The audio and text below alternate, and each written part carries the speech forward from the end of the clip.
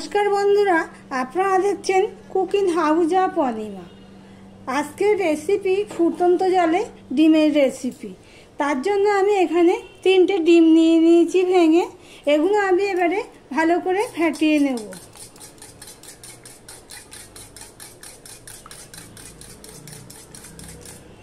ডিমটা ফেটানো হয়ে গেছে। এখানে কড়াই বসিয়ে দিয়েছি, কড়াইতে জলটা ফুটছে। ফুটন্ত জলে আমি ডিমটা দিয়ে দিচ্ছি। অল্প দিয়ে দিলাম, দিয়ে একটু নেড়ে নেব এবার এটাকে।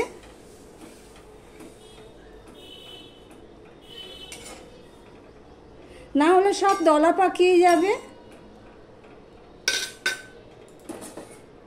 তারপরে আবার দিয়ে দিচ্ছি। সমস্ত ডিমটা আমি দিয়ে দিলাম। এবার ভালো করে আমি এটা আস্তে আস্তে করে নাড়বো।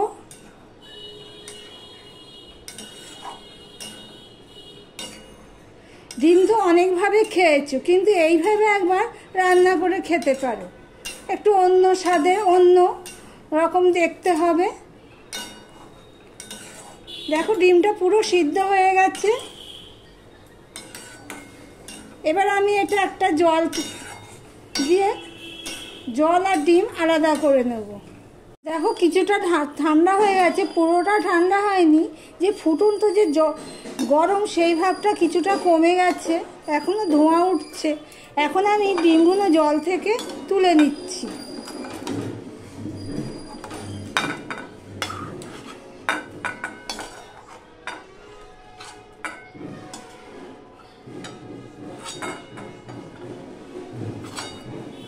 এই দেখো ডিমগুলো আমি তুলে নিয়েছি। এবার কড়াইটা পরিষ্কার করে নিচ্ছি। কড়াই গরম হয়ে গেলে তেল দিয়ে দিয়েছি, তেলটাও গরম হয়ে গেছে। এবার আমি এখানে একটা তেজপাতা দিয়ে দিলাম, আর পেঁয়াজ দিয়ে দিচ্ছি। একটা বড় পেঁয়াজ কেটে রেখেছি, সেটা দিয়ে দিচ্ছি।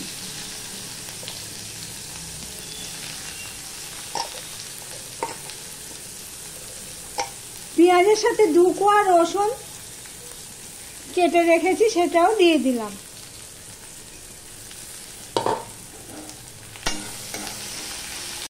দেখো পেঁয়াজটা হয়ে গেছে। এবার আমি এখানে অল্প টমেটো কেটে রেখেছি, অল্প একটু টমেটো দিয়ে দিলাম। আর দিয়ে দিলাম একটা পাকা কাঁচা লঙ্কা, একটা কাঁচা লঙ্কা। দেখো টমেটোটা প্রায় হয়ে এসছে। এবার আমি এখানে এই 1 চামচের মতন আদা দিয়ে দিচ্ছি।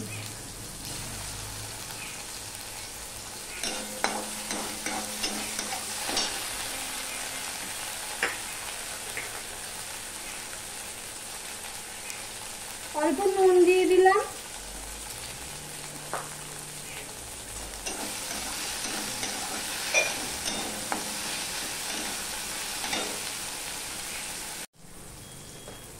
এবার এখানে আমি দিয়ে দিচ্ছি গরম মশলার গুঁড়ো।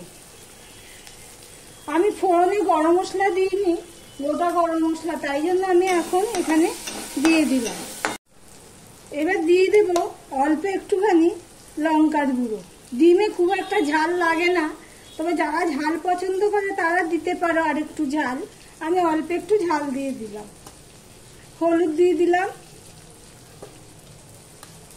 জিরের গুঁড়ো দিয়ে দিলাম 1/2 চামচ, ধনের গুঁড়ো দিয়ে দিলাম 1/2 চামচ।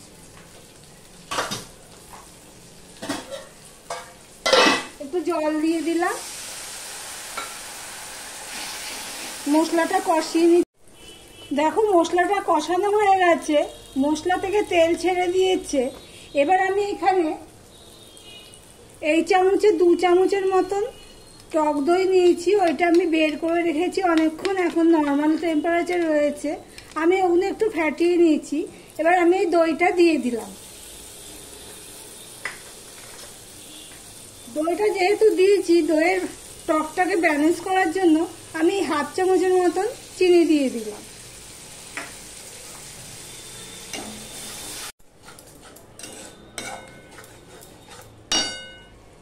দইটার সাথে আমি ভালো করে কষিয়ে নেব মশলাগুলো। আবার দইয়ের জলটা আর কি শুকিয়ে নেব।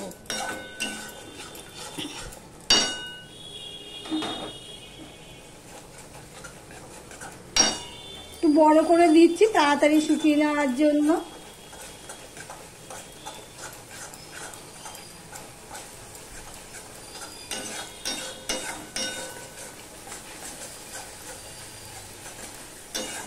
জলটা শুকিয়ে গেছে। এবার যে আমি গরম জলে ডিমটা দিয়েছিলাম সেই ডিমগুলো এর মধ্যে দিয়ে দিলাম।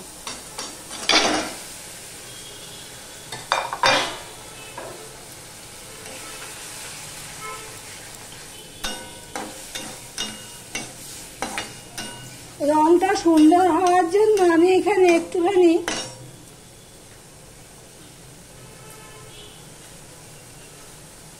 কাশ্মীরি লঙ্কার গুঁড়ো দিয়ে দিচ্ছি।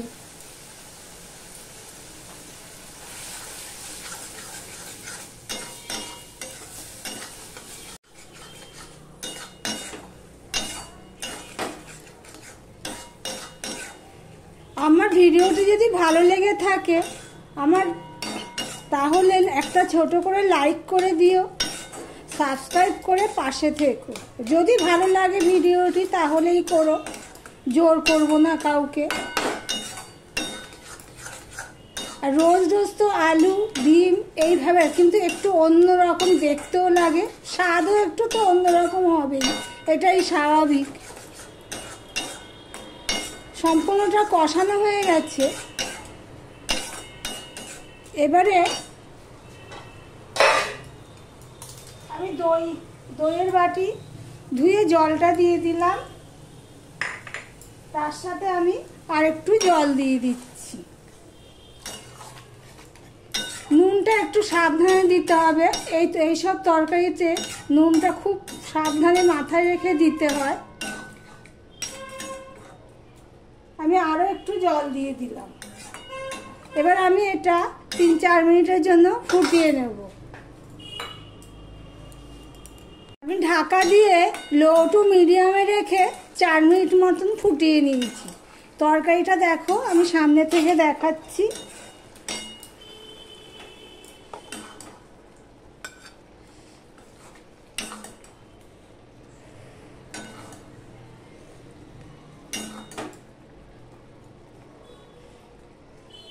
তরকারিটা কেমন দেখতে লাগছে কমেন্ট করে জানিও। ভিডিওটি এখানেই শেষ করলাম। আবার অন্য কোনো নিত্য নতুন রেসিপি নিয়ে চলে আসবো। আজকের মতন টাটা।